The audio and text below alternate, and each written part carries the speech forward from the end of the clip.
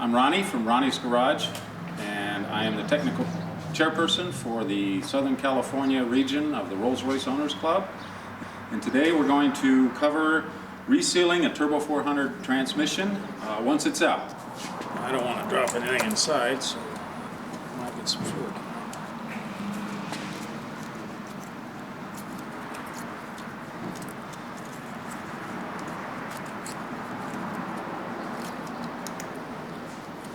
How common is it for a vacuum modulator to fail? It happens. Generally, their biggest failure is the diaphragm inside goes bad. So this line here, the vacuum modulator, by the way, is the component on the transmission that tells it when to shift, or it tells the transmission where your throttle is. It works off of engine vacuum, so that when you come to a stop is when you have your highest engine vacuum, when your foot is off the throttle. And when you stand on it or give it gas, the vacuum will drop and tell the transmission that you want to downshift, or it's time to go to first gear, and then they take off, and then when it reaches a certain vacuum level, it changes it. So there's a diaphragm in there that holds transmission fluid on one side, and then the other side goes up to the carburetors, basically. And when that diaphragm fails, you'll find that your car smokes blue smoke a lot out the tailpipe. And what it's doing is it's drawing transmission fluid and then running it through the engine, which is good for the engine because it cleans everything inside real nice, but it might give you a ticket. Generally, these gaskets, so you know, just fall off. So somebody has been in here and put some sort of sealer on here at one time.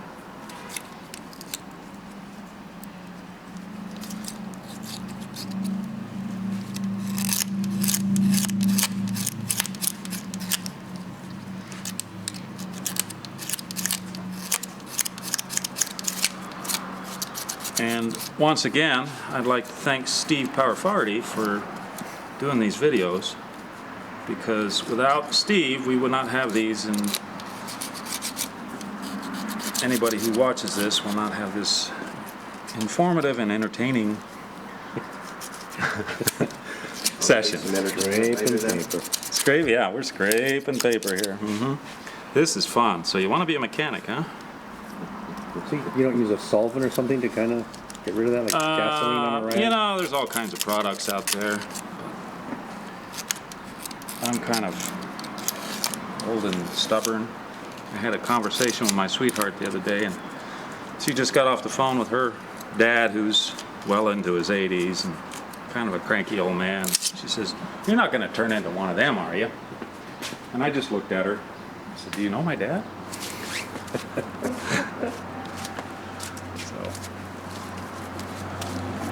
All right, that's good enough for me.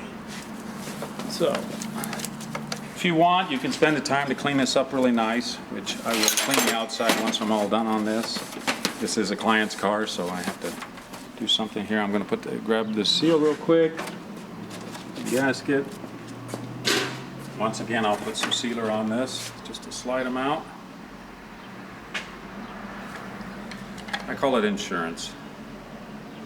Now this one, since it's out, I'm going to use my press to install it.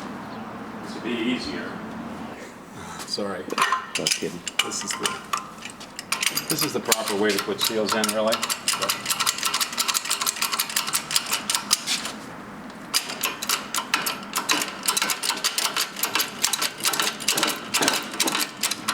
Puts it in real evenly. Yeah, it puts it down pretty square. That's in. All right. If this thing had the rear seal, you could see it was just dumping fluid. There's also a bushing inside there that you should replace. There's a brass bushing that the shaft rides on. If you look in there, it's kind of a reddish, brownish color on the outside. But this, when they get worn, this thing rocks too much. Did you feel any roughness in there? And if it is, I don't feel any roughness. When I pull it out, it didn't rock on me. okay. Usually you can feel if it's pretty rocky. Because that can cause It can seal cause will a go seal bad. to fail So because it's you've got a lot bad. of torque here. Your drive shaft's running off of this. It can move around. And when that bushing goes bad, it moves a lot more. And what it does is it just wears the seal out.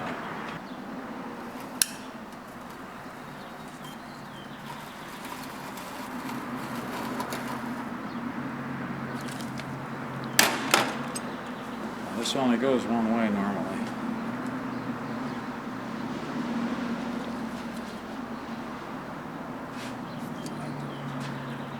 Nope, see, that's wrong. This is the way.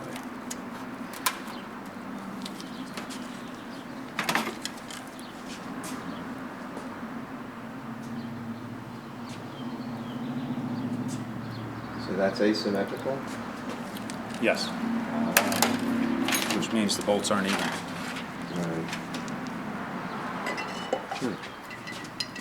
Now, I don't know if anybody noticed, but there are 6 bolts on here, and I only took 5 out. When the transmission is in the car, one of the neatest features about these models of Rolls-Royces is they have an electric gear shift. In other words, you do not have a mechanical linkage that goes from your steering column, a bunch of linkages, down to the transmission to change it from gear. So what it has is it has a big electrical motor and gear assembly that bolts on the tail end of the transmission here. And one of the bracket bolts goes through that one bolt there.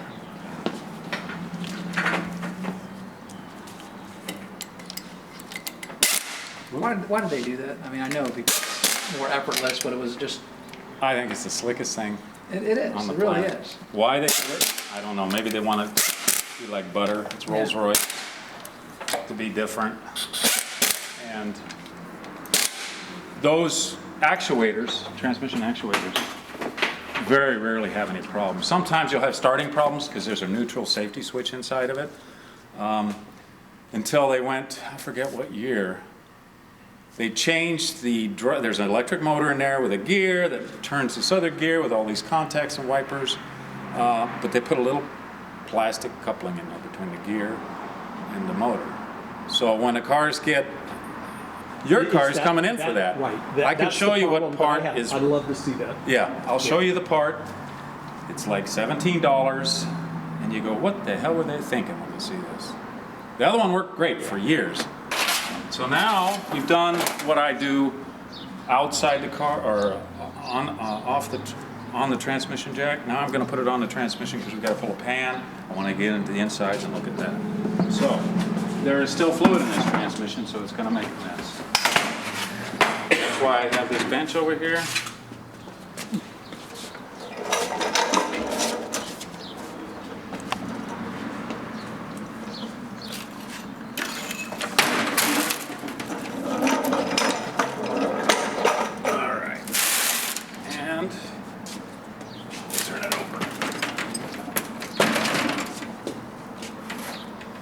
There we go.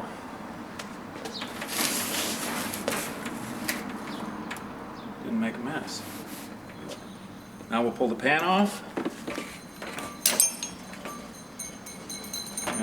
And the pan is short one bolt also. There's a bolt at the back that holds a parking brake cable that goes through the subframe or the body frame there.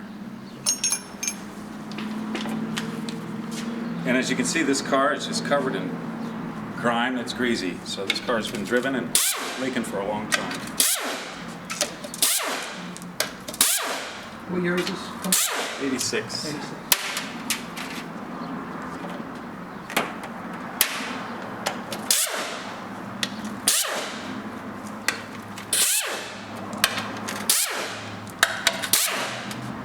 Now it's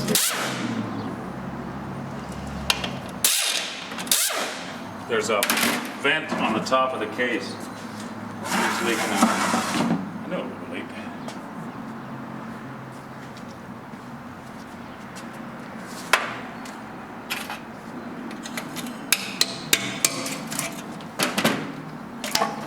Voila. Now you're going to have that smell. Look at the bottom of this pan. This thing has not been serviced. Look at the goop on that. Yikes. oh, that's not How many good. miles in this car? 75,000. So it's probably never been serviced. Maybe once. Yeah, that's not Yeah, good. yeah. Here's your filter. The filter's held on with a bolt that's a little long with a shoulder so that it kind of floats. Be needing that. There's the gasket. Now this right here, this thing right here is a valve body, and this does all the shifting. This is what tells, this has 2 bands and 2 clutches, right? Doesn't it have 2 bands? Yeah. Yeah, this back band. No, it's just 1 band. I forget. I forget too. This is the pickup tube for the, this is what, when the transmission's upside down, the filter sits in the bottom, it draws fluid up through this tube into here to the front pump, which, then it goes from there. There is an O-ring in here, right there. If that O-ring is not sealing well, or if the filter O-ring is not sealing the pickup tube, what can happen? You'll get a buzzing noise. It'll suck air, and what's happening is the fluid's foaming. So a lot of times when you go to start it in the morning, it goes, "Wah," and that's either a plug filter or sucking air, one or the other. So if you see bubbly fluid on your dipstick and the level is correct, that could definitely be a cause of that. Overfilling it will make it foam too. Yeah. You don't want to overfill the transmission. Plus, these can, if you overfill them, I think, and you're driving down a long hill, it can pump out the dipstick fluid and send transmission fluid all over your engine compartment, exhaust manifold. It's right above an exhaust manifold. And make a lot of smoking. It's pretty alarming.